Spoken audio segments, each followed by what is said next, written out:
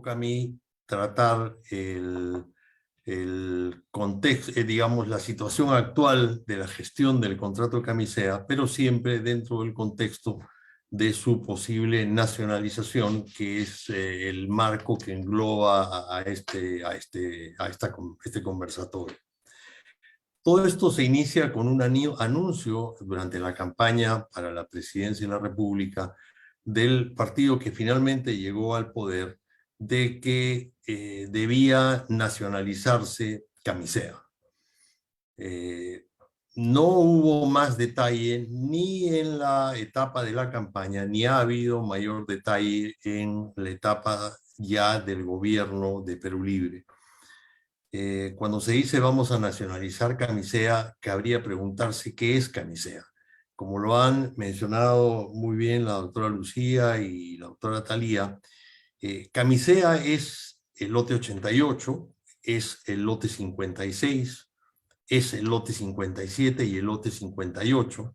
Son los ductos de transportadora de gas del Perú que transportan el gas de Camisea y los líquidos del gas de Camisea hacia Lima y hacia Pisco, respectivamente. Es la planta de Perú LNG que exporta el gas natural licuefactado, que no es otra cosa que el gas natural tratado en una planta criogénica a menos 160 grados centígrados, lo que hace que el volumen se reduzca 600 veces para posibilitar su transporte. El gas natural solo se puede transportar por gasoductos o se puede transportar mediante LNG o gas natural comprimido también, que tiene ciertas limitaciones de distancia.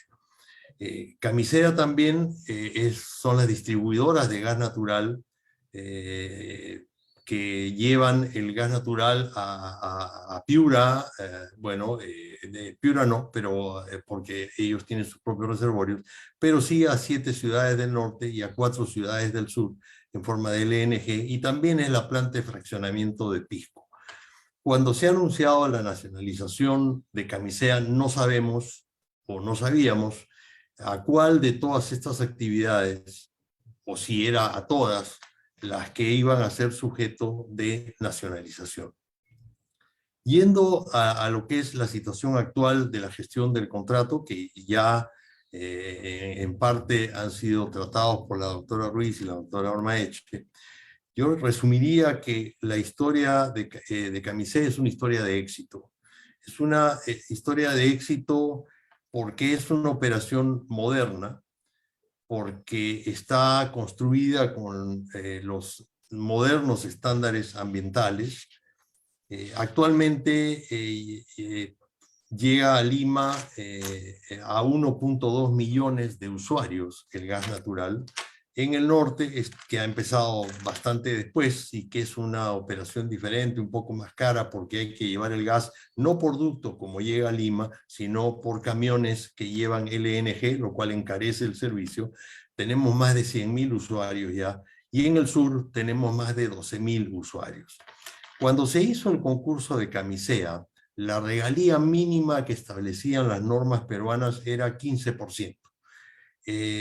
Dudando de que pudieran atraer a mayores participantes, la CEPRI de ese momento, el Comité Especial para la Privatización, redujo la regalía al 10% como regalía mínima. Para sorpresa de todos, el consorcio ganador ofreció 37.24%, una regalía altísima, y el segundo ofreció 35%. Ya desde ahí comenzó el éxito. La mitad de esa regalía y la mitad del impuesto a la renta que pagan el lote 88 y el lote 56 van a la región del Cusco. Mencionó bien la doctora Ruiz que no llegaba en muchos casos el beneficio de esa regalía a algunos pueblos que estaban en la zona de influencia de Camisea. La verdad que eso, como dijo la doctora Ormaeche, ya no es un problema de Camisea, ese es un problema de los gobiernos regionales, de las universidades, de los municipios, entre los que se reparten millones de dólares. Camisea en algunos momentos ha repartido más de $1 millón diarios en regalía a la región Cusco. Es algo que poca gente sabe. Entonces uno se pregunta, cuando las autoridades regionales, autoridades distritales, municipales, reciben su porción de ese millón, ¿qué hacen con eso? Si uno va a algunos pueblos que están en Megantón, y va a ver que existe un mercado con 120 puestos para la feria del lugar, que tiene ocupados 20. Va a haber una serie de piscinas muy lindas que podrían estar en cualquier club de los barrios acomodados de Lima, pero no tienen agua, no tienen desagüe. Entonces, es un tema de manejo de las autoridades, de los beneficios que este proyecto trae. Entonces, en cuanto a la gestión del contrato, es un contrato exitoso en todo sentido. El Perú exporta gas natural en forma de gas natural licuado. Se ha criticado muchas veces que ese gas sea exportado, porque se ha sostenido que el gas debe guardarse para el mercado nacional. Es importante que los recursos naturales se exploten mientras tienen un mercado. Como dijo la doctora Ruiz, el gas natural es un combustible de transición, es un combustible que es intermedio entre el petróleo o el carbón, que son más contaminantes, y los recursos energéticos renovables a los que la sociedad mundial va avanzando. Entonces, el gas natural hoy tiene un valor, hoy tiene ayuda por ejemplo, si usted no recibe gas natural en su casa todavía, sí recibe electricidad. Es muy probable que un gran porcentaje de esa electricidad sea generada con gas natural de Camisea. La electricidad sería más cara si no tuviéramos el gas. La matriz energética eléctrica se basa hoy día, cada día más, en gas natural, y también en recursos hídricos, ¿no? Entonces, el gas natural hay que explotarlo mientras esté en el mercado y sea útil. Poco haríamos si hubiéramos guardado guano en los siglos pasados, o el salitre del siglo XIX, para explotarlo hoy, porque ya no son de la utilidad que fueron en su momento. Entonces, la exportación hace que se produzcan más líquidos, y de esos líquidos se saca el gas licuado de petróleo, que es el que se vende en los cilindros que conocemos como GLP y que venden las empresas Solgas, Limagas, Yamagas y todas ellas. El gas de Camisea no es ese. Si bien produce GLP, es un gas diferente, es el gas que llega por ductos a los hogares, que es más seguro. Si hubiera un derrame de GLP, el GLP se va al piso, y si uno prende la luz en ese cuarto, explota. Si hay un derrame de gas natural, el gas natural se evapora hacia la atmósfera, es un gas mucho mejor. Imposible dejar de mencionar qué quiso decir el Partido Perú Libre y el gobierno actual cuando hablaron de nacionalización. Justificaron la propuesta en que el hecho que los privados se llevaban el 70% de los beneficios y el Estado mantenía el 30% de los beneficios. Eso es falso. Camisea provee al Estado, entre impuestos y regalía, el 65% de lo que se llama en inglés el government take, que es lo que queda para el Estado que recibe la inversión extranjera en hidrocarburos. Los privados se llevan el 35%. Si uno le preguntara al Estado, al presidente o a las personas que propusieron la nacionalización hoy, ¿qué quieren decir por nacionalización? Les garantizo que no saben. Se ha creado una comisión que no ha funcionado hasta hace poco, no sé si ya empezó, porque el ministro de Energía y Minas no asistía, cosa que fue materia de crítica por la presidenta del Consejo de Ministros. Al final parecería que la nacionalización, que suena a expropiación, que suena a modificación forzosa de contratos, no es tal.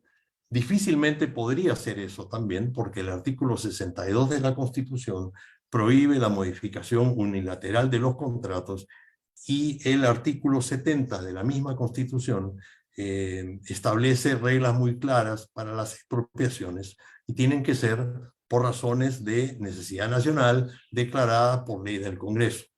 Entonces, cuando se habla de nacionalización, no es tan fácil hacerlo y sería inconstitucional hacerlo de la manera que uno se imaginó que parecía que iban a hacerlo. Aparentemente ahora nacionalización es un sinónimo de masificación, y eso sí es bueno, eso sí es bueno. Ojalá que el Estado apoye la masificación del gas natural, porque si bien tenemos más o menos 1.300.000 hogares conectados o con usuarios conectados, con tremendos ahorros comparados con lo que tendrían que pagar por ese servicio si no existiera Camisea, puede, por supuesto, y debe llegar a todas las regiones. Hoy llega a las regiones norte y sur, hasta Cajamarca, al sur Arequipa, Tacna, pero más caro que lo que pagamos en Lima. ¿Por qué? Porque acá lo recibimos por ducto, y para llevarlo allá no hay ductos, hay que llevarlo en camiones, previo proceso de volverlo LNG, para luego, en 7 ciudades del norte y en 4 ciudades del sur, volverlo a regasificar para meterlo en los ductos que llegan a las casas. Hay el Fondo de Inclusión Social Energética, que es un producto que se creó hace unos años, que es muy bueno y que hoy día con ciertas modificaciones está empezando a apoyar la masificación. Cuando el gas de Camisea llegó a Lima, todos los consumidores eléctricos del país pagaron un pequeño sobrecosto para que los limeños pudiéramos tener ese gas. Hoy día es perfectamente justo que todos volvamos a pagar nuevamente para que en las provincias y en las regiones también llegue el gas de Camisea. Para eso hay un proyecto actualmente de crear una tarifa estampilla, es decir, lo que se llama una tarifa estampilla en la industria, que es la posibilidad de que nosotros en Lima, el 1.200.000 consumidores de gas natural en Lima, paguemos un poquito más, para que los menos consumidores en las regiones puedan pagar una tarifa igual a la que pagamos en Lima. Entonces, esa tarifa sería una tarifa nacional. Eso es un paso muy importante que ha salido en este gobierno, hay que reconocerlo, como proyecto, pero que ya venía preparado desde tiempo atrás y no había habido la decisión política de sacarlo. Finalizo diciendo que, como claramente lo puso la doctora Lucía Ruiz, el gas de Camisea fue objeto de un contrato original con la empresa Shell hace muchísimos años, y se descubrió en el año entre 1983 y 1987 a través de 5 pozos que perforó la empresa Shell. El gas de Camisea se demoró entre 16 y 20 años. Gran parte de esa demora fue porque en su momento la izquierda peruana de ese momento irresponsablemente se opuso al proyecto. Y se opuso porque querían que primero llegara al Cusco. En el Cusco no hay un mercado que justificara el proyecto. Lamentablemente recién se está hablando de eso, pero el gas, para ser económicamente viable, tenía que llegar al lugar de gran consumo primero, que es Lima, donde tenemos a un tercio de la población y un porcentaje muy alto de la economía del país. En consecuencia, seamos conscientes de que eso se demoró por propuestas irresponsables de la izquierda de ese momento. No caigamos nuevamente en la tentación de tratar de arreglar lo que funciona bastante bien. Muchas gracias.